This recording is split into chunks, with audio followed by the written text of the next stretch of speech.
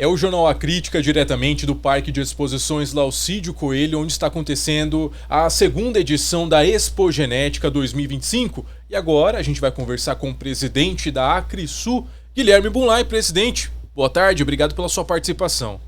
Boa tarde, eu que agradeço poder estar aqui mais uma vez com vocês. Um privilégio a gente estar podendo conversar. Presidente, antes de mais nada, vamos falar aí, já se passaram alguns dias, né, desde o primeiro dia da Expogenética. É muito importante a Acrisul apoiar eventos como esse aqui na Casa do Produtor Rural, né? Exatamente, é esse evento que tem tudo a ver, né, com a nossa entidade, que uma das suas missões é fomentar as entidades de classe, e a Nelore é uma, se não uma das mais importantes entidades da pecuária, por conta de todo o rebanho brasileiro, né, onde mais de 80% do rebanho é da raça Nelore. Então não poderia ser diferente, por isso tem total apoio da Acrisul esse evento, e o Paulo vem fazendo uma gestão brilhante na Nelore Mato Grosso do Sul.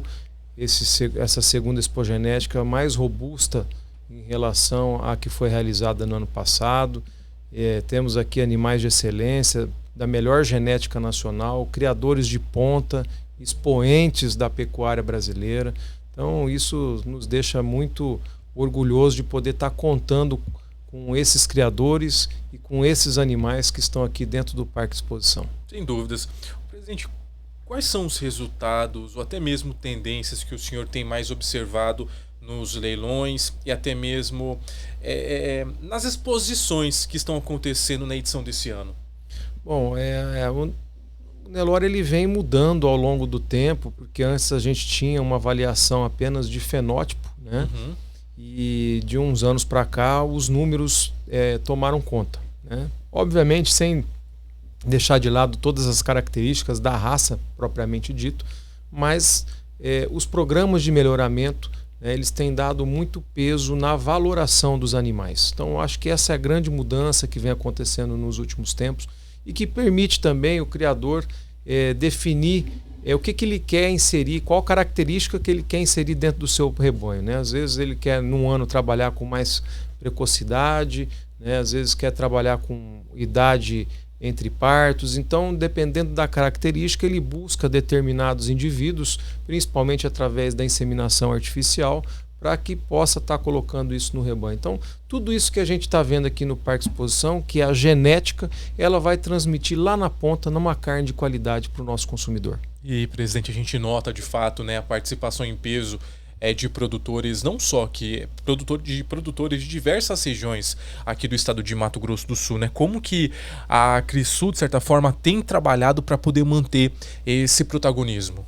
Bom, a gente tem trabalhado fortemente na comunicação, né? Então é algo que a gente vem fazendo. Nós temos todos os nossos associados cadastrados através de uma lista de transmissão de WhatsApp, a gente tem os e-mails, então a gente busca ter esse contato direto para que a gente leve a informação de tudo que está acontecendo para os nossos associados. E eu acho que a gente tem conseguido fazer isso de uma forma bastante com sucesso, né? E tendo em vista a quantidade de produtores que estão presentes aqui, vendo essa genética, acompanhando os leilões, né? Hoje também, por conta da televisão, a genética se democratizou, então ela chega na casa de qualquer interessado em adquirir uma boa genética através da televisão. Então, realmente a gente está num novo momento e a genética é que transformou o Brasil nessa potência mundial, né, de maior produtor de carne bovina do mundo. Presidente, como o senhor avalia hoje o papel do Mato Grosso do Sul na pecuária nacional? Olha, eu acho que Mato Grosso do Sul está na vanguarda em termos de qualidade de carne produzida, né? E por quê? Por causa dessa genética que a gente vem falando, né? Então, essa genética vai dar mais marmoreio e, consequentemente, mais maciez, né? Cruzamento industrial, aonde tem as matrizes Nelore, né, sendo utilizadas num cruzamento com Angus, que é o que a gente tem mais visto, pensando em carne de qualidade.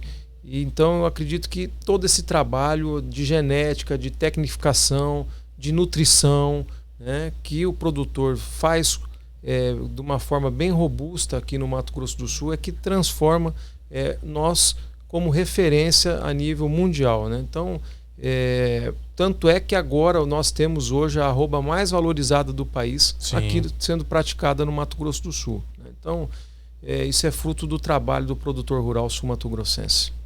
Presidente, agora falando justamente desse atual cenário, como o senhor falou, Mato Grosso do Sul vem numa vanguarda. Agora, é claro que os produtores aqui, os pecuaristas do nosso estado, vêm enfrentando alguns desafios, né?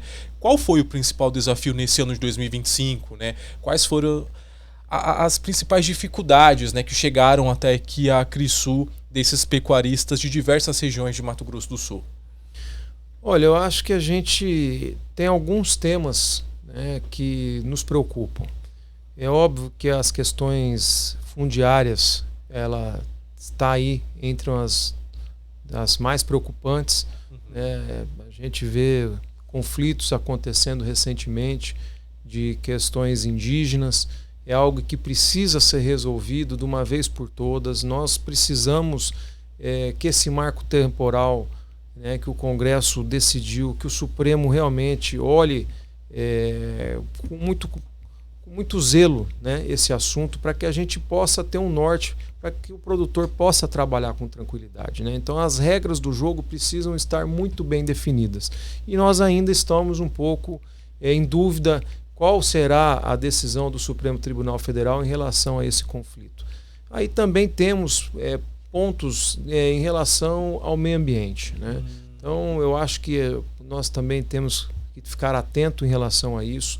Nós preservamos, mas a gente precisa se comunicar melhor com toda a sociedade, mostrar essa preservação que é feita. Nós temos aqui no Mato Grosso do Sul, bioma Pantanal, com mais de 86% da sua área preservada, fruto dos produtores, dos pantaneiros que lá estão. Então a gente precisa divulgar isso, né, que nós fazemos uma pecuária sustentável, né, nós fazemos uma pecuária de primeira, de ponta a nível internacional. Então a gente se preocupa com o social, com o meio ambiente, com as questões sanitárias, né? Então tudo isso a gente precisa se comunicar melhor para a sociedade, para que ela possa ver com bons olhos toda essa atividade do produtor, né, que vai levar uma carne de qualidade, vai levar um leite de qualidade, né? A população precisa, principalmente através das crianças, dos adolescentes, aprenderem e enxergarem o produtor rural como aquele que leva o alimento para sua mesa. O senhor sabe, presidente, que eu estive agora, semana passada, lá no sul de Minas Gerais. Eu conheci alguns produtores de leite também. Falei da nossa realidade dos produtores de leite aqui do nosso estado. E é exatamente a mesma coisa. Eu falei, ele falou, cara, é a mesma coisa. A gente passa pela mesma situação aqui também. E é de fato um setor que cada vez mais a gente vê o quanto que os produtores enfrentam dificuldades diárias, né? Diante desse cenário, presidente, como que hoje a Crisul vem dando um suporte para esses produtores, né? Como que está o cenário hoje aqui no nosso estado? Bom, nós temos acompanhado par e passo todas essas questões. A Crisul hoje participa de mais de 10 comissões, de conselhos, né, para que a gente possa estar levando a visão do produtor, fazendo os requerimentos de uma forma ordenada. Então a gente recebe as demandas dos produtores e de uma forma ordenada a gente leva até os entes políticos, né, para que a gente possa buscar soluções em conjunto através do diálogo. Então eu acho que através do diálogo com os poderes constituídos, para que a gente possa conversar e levar as demandas dos setores, é que a gente vai conseguir e galgando os nossos interesses, os nossos objetivos. Sem dúvidas. Agora falando justamente desse ano, né, 2025 já está acabando e eu acredito que os preparativos para a Expo Grande 2026 já está pronta a feira, presidente. Como que estão os preparativos para o ano que vem? Bom, esse ano nós lançamos com uma maior antecedência, né, a parte de comercialização da feira. Eu acho que ela vem num processo de maturidade. Então cada ano que passa a gente consegue fazer uma feira com mais tranquilidade, dentro de uma previsibilidade, né? E o reflexo é a gente ter conseguido lançar as nossas vendas, né, ainda no mês de outubro. Então as vendas já estão abertas, nós já comunicamos aqueles que tiveram conosco esse ano, agora já está aberto para novos interessados também. e o mercado está bem aquecido, muitas pessoas com interesse de participar da Expo Grande. A Expo Grande que já é referência nacional em termos de movimentação financeira, em termos de participação de público, ela já está entre as 10 maiores feiras do Brasil, então isso faz com que ela ganhe robustez cada vez mais, né? Então, estamos já trabalhando arduamente para a Expo Grande 2026, né, e tenho certeza que, se Deus quiser, ela vai ser um sucesso também. Muito bem. Presidente, eu acho que é importante da gente encerrar o nosso nosso né? Como eu falei, estamos aqui em novembro, já o penúltimo mês do ano. Qual que é a principal lição, talvez, a principal lição, aprendizado que o senhor teve ao longo desse ano de 2025 e que o senhor deixe de mensagem para quem está nos assistindo nesse momento? Eu diria que é resiliência, né?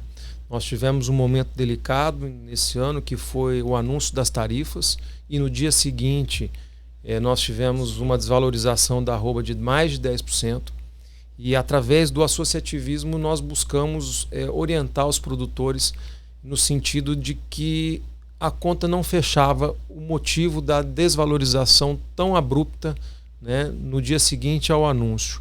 E hoje, olhando para trás, nós estávamos certos, né? Então é importante a união, o associativismo, para que a gente possa estar falando para todos numa linguagem única e tentando levar para o caminho certo, né? Então durou-se aí aproximadamente 30 a 40 dias, mas a arroba retomou os patamares que estavam sendo praticadas antes do anúncio do tarifaço, né? Então foi importante, nós avisávamos que para o produtor vender o estritamente necessário, que o mercado se aproveitou desse anúncio. Essa que é a grande verdade. Frigoríficos que sequer são exportadores entraram na onda da desvalorização e realmente a conta não fechava. Temos outros países para recolocar essa carne. Essa carne também continua entrando no mercado americano através de outros países. O México aumentou a sua exportação, consequentemente a carne brasileira está indo para o México, do México para os Estados Unidos, né? E realocamos essa demanda em outros países. É o que a gente imaginava que isso ia acontecer. Então acho que fica como um aprendizado,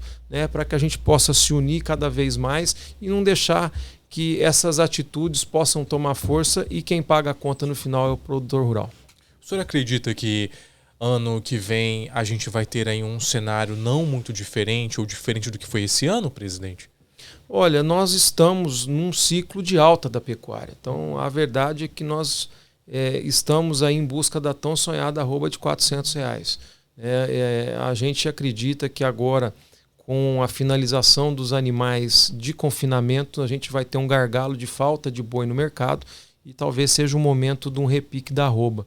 Então, talvez em dezembro, janeiro, a gente possa ver uma arroba mais valorizada do que está hoje, mas as escalas estão curtas, então a gente acredita que esse mercado, a tendência realmente é de alta. Os valores dos animais de corte praticados, eles já refletem uma arroba mais valorizada do que nós estamos vendendo hoje para o frigorífico. Então, realmente, nos próximos 2 anos, a gente tem um cenário de alta para o nosso segmento. E em relação ao preço ao consumidor final, o que o consumidor final que está nos assistindo nesse momento pode esperar para o ano que vem? Olha, eu acho que é oferta, demanda, né? E o consumidor, lá na ponta, quem define esse preço não é o produtor rural. O produtor, ele tem a discussão com o frigorífico de quanto ele vai vender, e daí para frente nós temos mais de 30% a 40% de margem, né? Então, quem está ficando com essa margem no frigorífico é o varejo.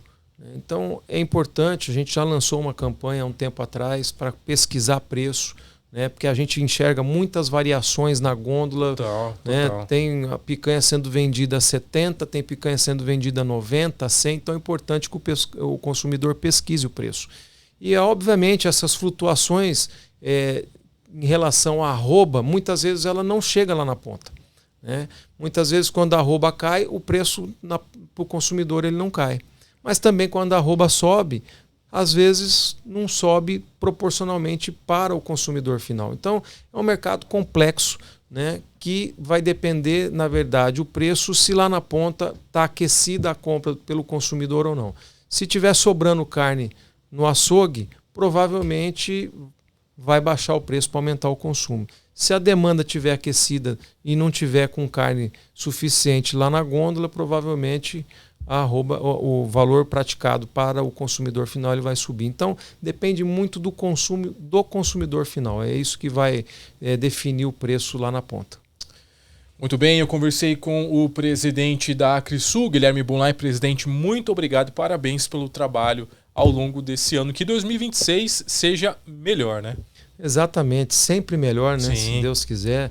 E agradecer vocês, sempre presente aqui nos eventos, né? Um trabalho fantástico desenvolvido por todo o Grupo Feitosa, a crítica em todos os eventos, demonstrando assim uma força no agro muito evidente, né? A participação da crítica no agro, a gente tem acompanhado todo esse crescimento, esse sucesso, e só fica o nosso agradecimento porque vocês trazem informação e o que é muito útil para nós, de muita valia. Então, nosso agradecimento especial para vocês também. Nós que agradecemos. É o Jornal A Crítica, diretamente da Expogenética 2025.